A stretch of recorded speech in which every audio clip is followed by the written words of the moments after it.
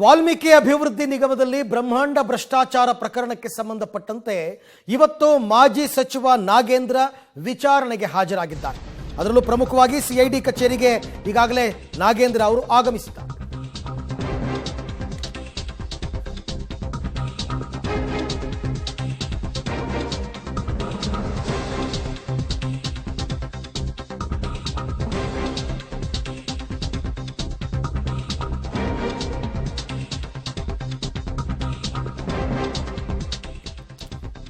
$187 ಕೋಟಿ ಬ್ರಹ್ಮಾಂಡ ಭ್ರಷ್ಟಾಚಾರ ಪ್ರಕರಣ. ಮಾಜಿ ಸಚಿವ ವಿ ನಾಗೇಂದ್ರ ಇವತ್ತು ವಿಚಾರಣೆಗೆ ಹಾಜರಾಗಿದ್ದಾರೆ. ಸಿಐಡಿ ಕಚೇರಿಗೆ ಈಗಾಗಲೇ ಆಗಮಿಸಿದ್ದಾರೆ. ಎಡಿಜಿಪಿ ಮನೀಶ್ ಕರ್ಬೀಕರ್ ಮುಂದೆ ವಿಚಾರಣೆಗೆ ಅವರು ಹಾಜರಾಗಿದ್ದಾರೆ. ಅಂದರೆ ಪ್ರಶ್ನೆಗಳನ್ನು ಅವರೇ ಕೇಳ್ತಾರೆ. ವಿಚಾರಣೆಗೆ ಹಾಜರಾಗುವಂತೆ ಈಗಾಗಲೇ ನೋಟಿಸ್ ಕೂಡ ಜಾರಿಯಾಗಿತ್ತು. ಅದರ ಪ್ರಕಾರವೇ ಇವತ್ತು ಅವರು ವಿಚಾರಣೆಗೆ ಅಂತ ಬಂದಿರತಕ್ಕಂಥದ್ದು. ಇದರ ಜೊತೆಗೆ ನಿಗಮದ ಅಧ್ಯಕ್ಷರಾಗಿರ್ತಕ್ಕಂಥ ದದ್ದಲ್ ಅವ್ರಿಗೂ ಕೂಡ ನೋಟಿಸನ್ನು ಕೊಡಲಾಗಿತ್ತು. ಇದೀಗ ಮಾಜಿ ಸಚಿವ ನಾಗೇಂದ್ರ ಮಾತ್ರ ವಿಚಾರಣೆಗೆ ಹಾಜರಾಗಿದ್ದಾರೆ. ಆಲ್ಮೋಸ್ಟ್ ಮಧ್ಯಾಹ್ನದ ವೇಳೆಗೆ ದದ್ದಲ್ ಕೂಡ ವಿಚಾರಣೆಗೆ ಬರ್ತಾರೆ ಅನ್ನುವಂತಹ ಮಾಹಿತಿ ಇದೆ. ನಡೀಬಹುದು, ಒಂದು 2 ರಿಂದ 3 ಗಂಟೆ 4 ಗಂಟೆಗಳ ತನಕ ವಿಚಾರಣೆ ನಡೀಬಹುದು.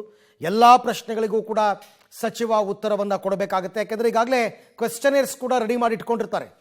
ವಿಚಾರಣೆಗೆ ಇವರು ನೋಟಿಸ್ ಕೊಟ್ಟಾಗಲೇ ಏನೇನು ಪ್ರಶ್ನೆಗಳನ್ನು ಕೇಳಬೇಕು, ಯಾವ್ಯಾವುದಕ್ಕೆ ಉತ್ತರವನ್ನು ಪಡಿಬೇಕು ಅಂತಕ್ಕಂಥದ್ದನ್ನು ರೆಡಿ ಮಾಡಿ ಇಟ್ಕೊಂಡಿರ್ತಾರೆ.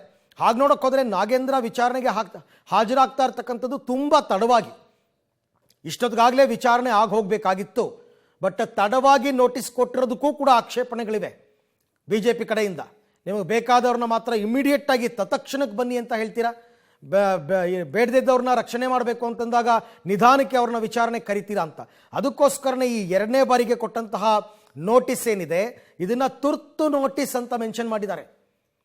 ಬರಲೇಬೇಕು ತುರ್ತಾಗಿ ಅಂತ ಮೆನ್ಷನ್ ಮಾಡಿದ್ದಕ್ಕೇ ಇವತ್ತು ನಾಗೇಂದ್ರ ವಿಚಾರಣೆಗೆ ಹಾಜರಾಗಿರ್ತಕ್ಕಂಥದ್ದು. ಸೊ ಇವರು ಇಲಾಖೆಯ ಸಚಿವರಾಗಿದ್ದ ಸಂದರ್ಭದಲ್ಲಿ ನಡೆದಿದೆ ಎನ್ನಲಾದಂತಹ ಈ ಭ್ರಷ್ಟಾಚಾರಕ್ಕೆ ಸಂಬಂಧಪಟ್ಟಂತೆ ಪ್ರಶ್ನೆಗಳಿಗೆ ಉತ್ತರವನ್ನು ಪಡ್ಕೋತಾರೆ. ಈ ಎಲ್ಲ ವಿಚಾರಕ್ಕೆ ಸಂಬಂಧಪಟ್ಟಂತೆ ಮತ್ತಷ್ಟು ಮಾಹಿತಿ ನನ್ನ ಕೊಲೀಗ ಮುರಳೀಧರ್ ಅವರಿಂದ ಪಡ್ಕೊಳ್ಳೋಣ. ಮುರಳಿ, ಆರೋಪ ಇರತಕ್ಕಂಥದ್ದು ನಾಗೇಂದ್ರ ಅವರ PS ಮತ್ತು ದದ್ದಲ್ ಅವರ PSಗೆ ಹಣ ಕೊಟ್ಟಿದ್ದೀವಿ ಅಂತನ್ಬಿಟ್ಟು ಶರ್ಮಾ ಅಂತಕ್ಕಂಥವ್ರು ಒಂದು ಆರೋಪ ಮಾಡ್ತಾರೆ.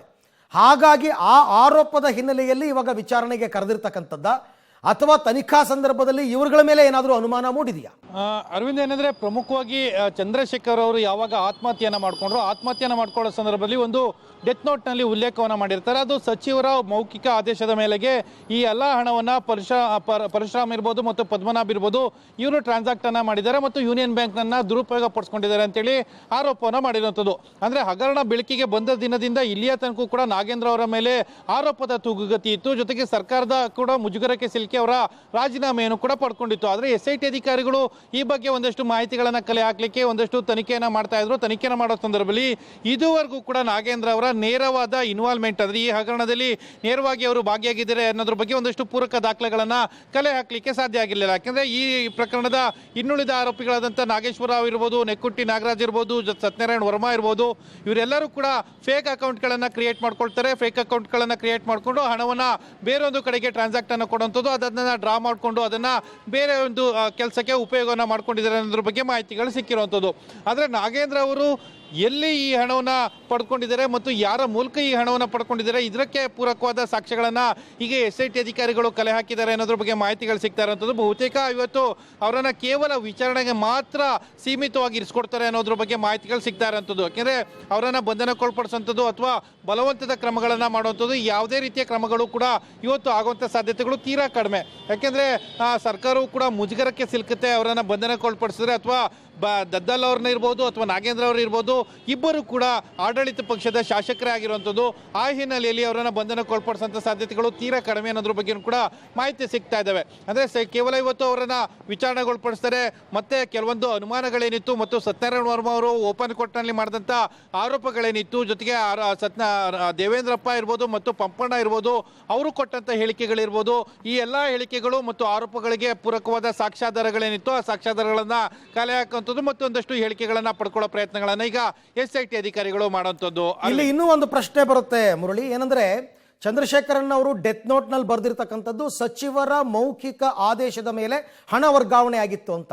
ಬಟ್ ಅದನ್ನು ಪ್ರೂವ್ ಮಾಡೋ ಬಗೆ ಹೇಗೆ ಅಂತ ಖಂಡಿತ ಅರವಿಂದ್. ಯಾಕೆಂದ್ರೆ ಇದುವರೆಗೂ ಕೂಡ SIT ಅಧಿಕಾರಿಗಳು ಅದನ್ನ ಡಾಕ್ಯುಮೆಂಟ್ ರೂಪದಲ್ಲಿ ತರಲಿಕ್ಕೆ ಅಥವಾ ಒಂದು ಎವಿಡೆನ್ಸ್ ಆಗಿ ತೆಗೆದುಕೊಂಡು ಬರ್ಲಿಕ್ಕೆ ಒಂದಷ್ಟು ತಡ ಆಗ್ತಾ ಇರುವಂಥದ್ದು ಮತ್ತು ಅದಷ್ಟೊಂದು ಕ್ರಿಯೇಟ್ ಅಂದ್ರೆ ಬೇರೆ ಬೇರೆ ನಕಲಿ ಅಕೌಂಟ್ಗಳಂತೂ ನಕಲಿ ಅಕೌಂಟ್ಗಳನ್ನ ಕ್ರಿಯೇಟ್ ಮಾಡಿದಂಥವ್ರು ಸತ್ಯನಾರಾಯಣ ವರ್ಮಾ, ಸತ್ಯನಾರಾಯಣ ರಾವ್ ಮತ್ತು ಇನ್ನೊಬ್ಬ ನೆಕ್ಕುಂಟಿ ನಾಗರಾಜ್ ಇರ್ಬೋದು ಮತ್ತು ನಾಗೇಶ್ವರ ರಾವ್ ಇರ್ಬೋದು ಮತ್ತು ಪದ್ಮನಾಭ್ ಮತ್ತು ಪರಶುರಾಮ್ ಇವರೆಲ್ಲರೂ ಕೂಡ ಹಣವನ್ನ ಪಡ್ಕೊಂಡಿರುವಂಥದ್ದು. ಅವರ ಬಳಿಯಲ್ಲಿ ಹಣವನ್ನ ಈಗಾಗಲೇ ಸೀಸನ್ ಕೂಡ ಮಾಡ್ಕೊಂಡಿದ್ದಾರೆ. ಜೊತೆಗೆ ಇನ್ನೊಂದೇನು ಅಂದ್ರೆ ನಾಗೇಂದ್ರ ಅವರಿಗಿರ್ಬೋದು ಮತ್ತು ದದ್ದಲ್ ಅವ್ರಿಗಿರ್ಬೋದು ಇಬ್ಬರಿಗೂ ಕೂಡ ಸಾಕಷ್ಟು ದೊಡ್ಡ ಮಟ್ಟದ ಕಾಲಾವಕಾಶಗಳು ಸಿಕ್ತು. ಯಾಕಂದ್ರೆ ಈ ಪ್ರಕರಣ ಬೆಳಕಿಗೆ ಬಂತು.